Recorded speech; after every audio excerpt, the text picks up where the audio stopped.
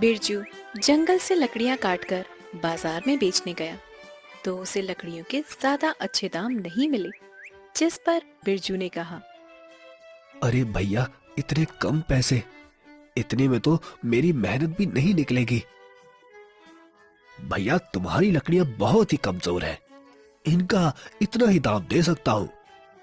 अरे भैया, देख लो, कुछ और मिल जाए। नहीं नहीं भैया, अच्छी लकड़ियां लाओ, तभी अच्छा दाम मिलेगा। यह सुनकर बिरजू काफी ज्यादा दुखी हुआ और पैसे लेकर किराना स्टोर से सामान लेकर घर आ गया। घर आने पर उसकी पत्नी नीलम ने कहा, अजी, सामान ले आए आप? हाँ हाँ, ले आया हूँ। यह सुनकर बिरजू ने नीलम को थैला पकड़ा दिया। नीलम ने जब सामान देखा तो कहा, जी, इसमें तो बहुत थोड़ा सामान है। मुझे पता है, पर जितने पैसे थे सबका सामान ले आया हूँ। इस तरह हमारा गुजारा कैसे हो पाएगा जी? आपको तो पता ही है हम लोग कितने मुश्किलों से गुजारा करते हैं। हाँ हाँ, मुझे पता है, पर क्या करूं, कुछ समझ नहीं आता है। इतनी मेहनत करता हूँ, फिर भी मेहनत का फल नहीं मिल रहा। आप परेशान न होइए, आप कोई और काम देख ले। मैंने कई बार काम तलाशने की कोशिश की, पर किसी ने भी मुझे काम नहीं दिया। यह सुनकर नीलम भी काफी ज्यादा परेशान हुई।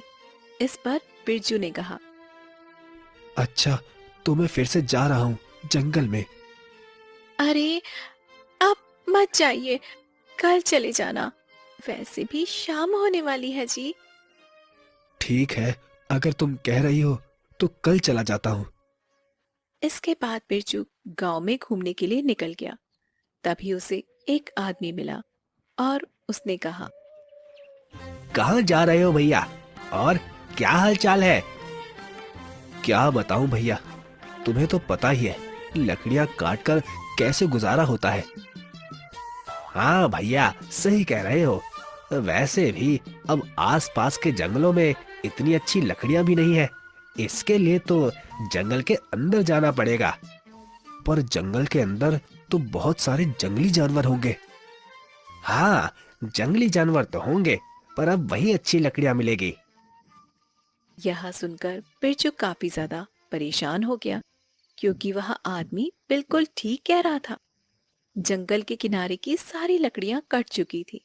अब अंदर ही लकड़ियां अच्छी बची हुई थी। अगली सुबह ही बिरजू कुल्हाड़ी लेकर जंगल की तरफ निकल गया। जंगल में आने के बाद बिरजू ने कहा, अरे, यहाँ पर तो लकड़ियां ही नहीं है। वो आदमी सही कह रहा था, जंगल के अंदर ही जाना पड़ेगा। पर जंगल के अंदर जाना क्या सही रहेगा? क्योंकि वहां पर तो बहुत सारे जंगली जानवर होंगे जो काफी खतरनाक होंगे। बिरजू जंगल के बाहर ही खड़ा सोचता रहा और फिर उसने कहा, अगर जंगल के अंदर नहीं गया तो आज मैं अपने घर पैसे नहीं ले जा पाऊंगा, और वैसे भी अगर पैसे नहीं होंगे तो फिर गुजारा कैसे होगा? यही सोचकर बिरजू जंगल के अंदर चला गया। थोड़े अंदर जाने के बाद उसने इधर उधर पेड़ देखे, पर उसे कोई भी अच्छा पेड़ दिखाई नहीं दिया। अरे, यहाँ पर भी कोई मजबूत पेड़ दिखाई नहीं दे रहा है जिससे मैं लकड़ियां काट कर ले जाऊं। लगता है और अंदर जाना पड़ेगा। यही सोचकर बिरजू और जंगल के अंदर आ गया, पर उसे डर भी लगने लगा था, क्योंकि यहाँ पर जंगली जानवर हो सकते थे। तभी उसे एक आवाज सुनाई दी। बचाओ, बचाओ, कोई तो मुझे बचाओ। आवाज को सुनकर बिरजू काफी ज्यादा हैरान हो गया। अरे, इस जंगल में ये किसकी आवाज है? यही सोचकर बिरजू उसी आवाज की तरफ चला गया तो उसने देखा एक जाल में तोता फंसा हुआ था। उस तोते को देखकर बिरजू ने कहा, अरे, तुम तो तोते हो। हाँ हाँ, मुझे बचाओ, आजाद करो मुझे। पर तुम्हें यहाँ कैद किसने किया है? वो सब मैं बाद में बताऊंगा, पहले मेरे प्राणों की रक्षा करो, वरना मैं मर जाऊंगा। तोते को इस तरह जाल में बंद देखकर बिरजू ने उसे आजाद कराया। आजाद होते ही तोता एक राक्षस में बदल गया, जिसे देखकर बिरजू बुरी तरह से डर गया। अरे तुम तो राक्षस हो। हाँ सही कहा, मैं राक्षस हूँ और अब मैं तुम्हें खा जाऊंगा। ये तुम क्या कह रहे हो? मैंने तो तुम्हें आजाद ही कराया और तुम मुझे ही खा जाओगे।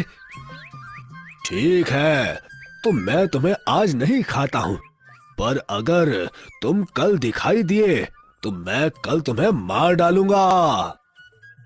यह सुनकर बिरजू काफी ज्यादा परेशान हुआ और वहां से भाग गया। जंगल से बाहर आने पर उसे एक साधु बाबा दिखाई दिए। साधु ने जब बिरजू को इतना परेशान देखा तो उसने बिरजू से कहा, क्या हुआ? तुम इतने परेशान क्यों लग रहे हो? महाराज, अभी मैं एक राक्षस को आजाद करके आया हूँ, इसी वजह से परेशान हूँ। क्या तुमने उस राक्षस को आजाद कर दिया? पर मैंने तो उसे तोता बना दिया था। यह सुनकर बिरजू ने साधु को सारी बात बताई, जिसे सुनकर साधु ने कहा, ये तो तुमने अनर्थ कर दिया है। उस राक्षस ने जंगल में कई दिनों से उत्पात मचा रखा था, इसीलिए मैंने उसे तोता बनाकर कैद कर दिया था। अब मैं क्या करूं? मुझसे तो बहुत बड़ी भूल हो गई है। तुम चिंता मत करो, उसे दोबारा फिर से कैद किया जा सकता है। यह कहकर साधु ने उसे कुछ भभूति दी और उससे कहा, ये लो भभूति और उस राक्षस के ऊपर डाल देना, जिससे वो फिर से तोता बन जाएगा। यह सुनकर बिरजू काफी ज्यादा खुश हुआ और अपने घर आ गया। अगले दिन वह फिर से उसी जंगल में गया। राक्षस ने जब बिरजू को देखा तो बिरजू से कहा, तू आज फिर यहाँ? मैंने मना किया था ना कि यहाँ मत आना। तुमने तो मना किया था, पर क्या करूं, पापी पेट का सवाल है। मुझे कुछ लकड़ियां काटनी है।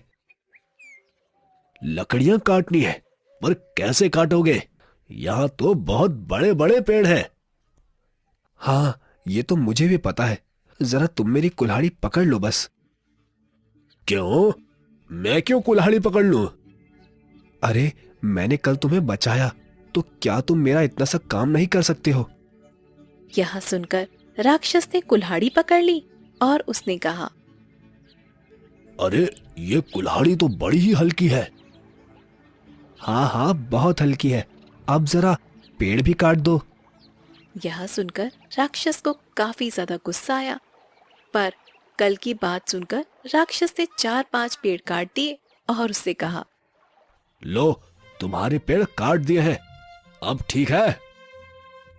हाँ हाँ ठीक है, पर इन्हें मेरे घर तक तो पहुंचा दो। मैं कैसे ले जाऊंगा? तुमने क्या मुझे अपना नौकर समझ रखा है, जो सारा काम मुझसे करवा रहे हो? नहीं नहीं, नौकर नहीं, आप तो हमारे राजा हैं। अगर आप काम करोगे तो आपका नाम होगा।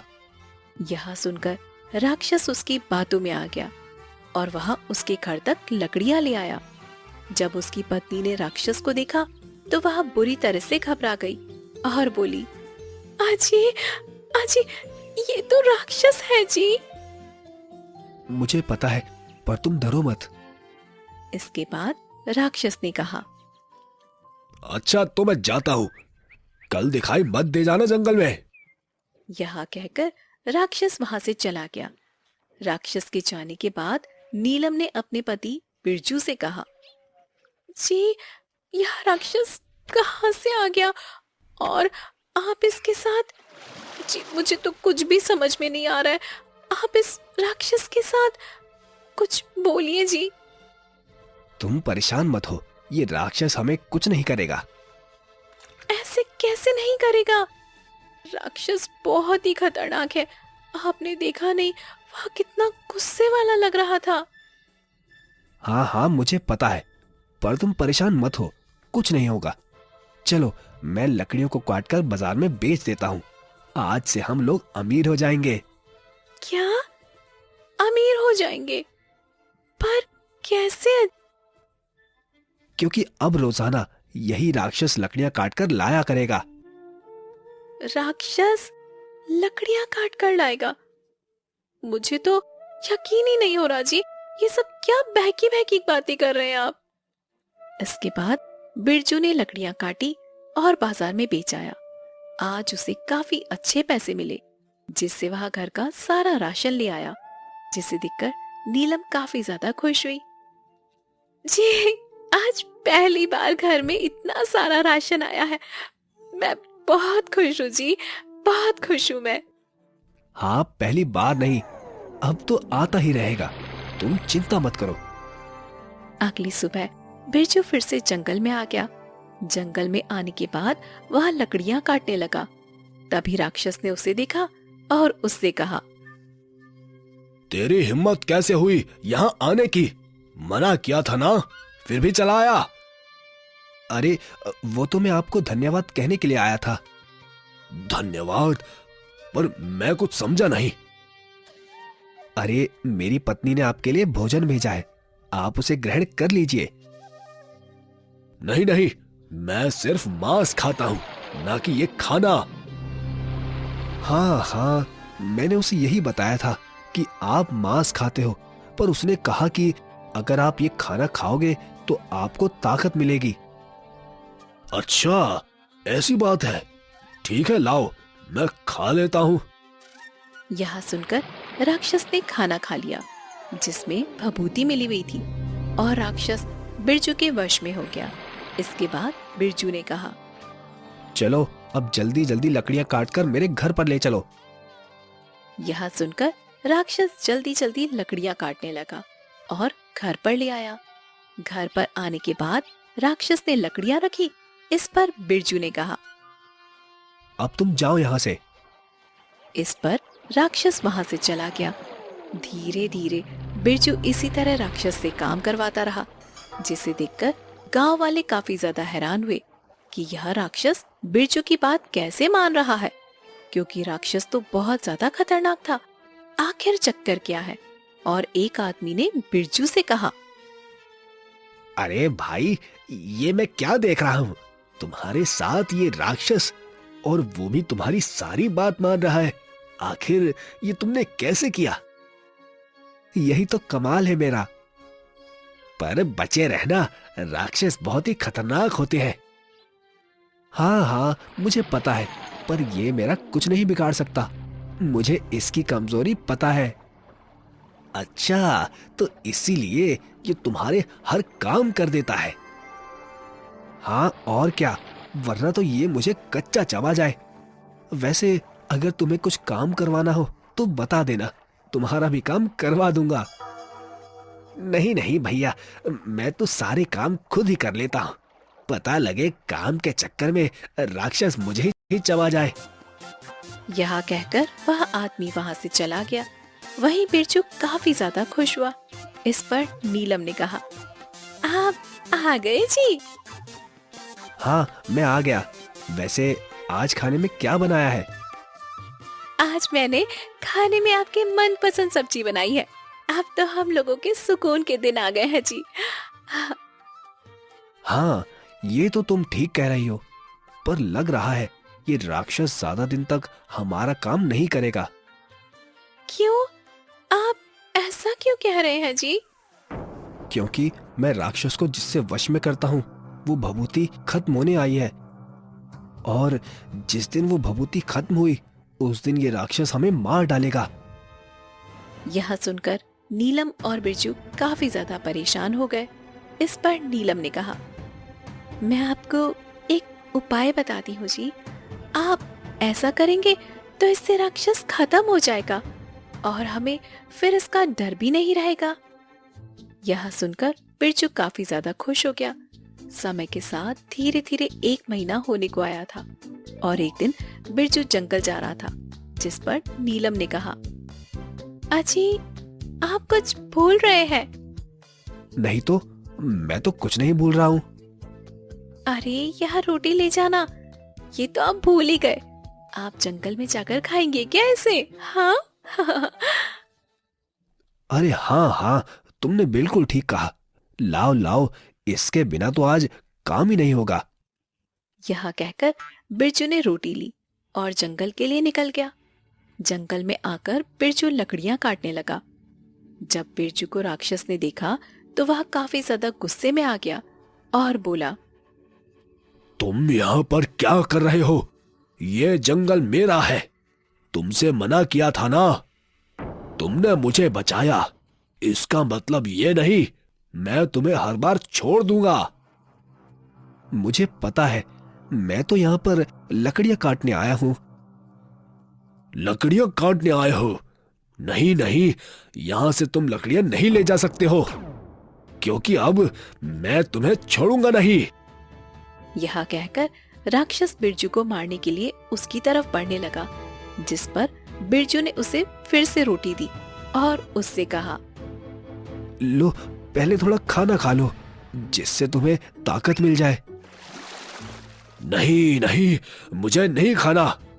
पता नहीं इसे खाने के बाद मुझे क्या हो जाता है। अरे कुछ नहीं होता है, तुम पहले ये खाना खा लो, तुम्हारे अंदर बहुत ज्यादा ताकत आ जाएगी। यह सुनकर राक्षस ने फिर से उस रोटी को खा लिया और वह बिरजू के वश में हो गया।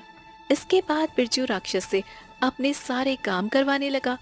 उसने बड़े बड़े पेड़ों को जल्दी जल्दी कटवाया और उससे कहा, चलो अब इन्हें मेरे घर पर ले चलो। इसके बाद राक्षस उन्हें घर पर ले आया। तभी अचानक उसका प्रभाव खत्म हो गया और उसने कहा, ये मैं क्या कर रहा हूं? वो भी तुम्हारे घर के पास? तुमने मेरे साथ क्या किया? जल्दी बताओ, वरना मैं तुम्हें छोड़ूंगा नहीं। कुछ नहीं किया मैंने, पर अब मैं करूंगा। ये तुम क्या बकवास कर रहे हो? मैं तुम्हें छोड़ूंगा नहीं। यह कहकर राक्षस बिरजू को मारने के लिए आगे आया। तभी बिरजू ने भभूति को राक्षस के ऊपर डाल दिया, जिससे राक्षस फिर से तोता में बदल गया। यह देखकर बिरजू काफी ज्यादा खुश हुआ और उससे बोला, अब तुम इसी तरह तोते के रूप में भटको, तुम्हारा यही दंड है। नहीं नहीं, मुझे आजाद करो, वरना मैं तुम्हें छोड़ूंगा नहीं। नहीं, अब तुम मेरा कुछ भी नहीं बिगाड़ सकते हो। अब जाओ यहां से, ऐसे ही घूमना, तब तुम्हें पता लगेगा दूसरों को दर्द देने में कैसी पीड़ा महसूस होती है। यह सुनकर राक्षस वहां से तोता बनकर उड़ गया और अब बिरजू और उसकी पत्नी नीलम काफी ज्यादा खुश थे और अब बिरजू आराम से पहले की तरह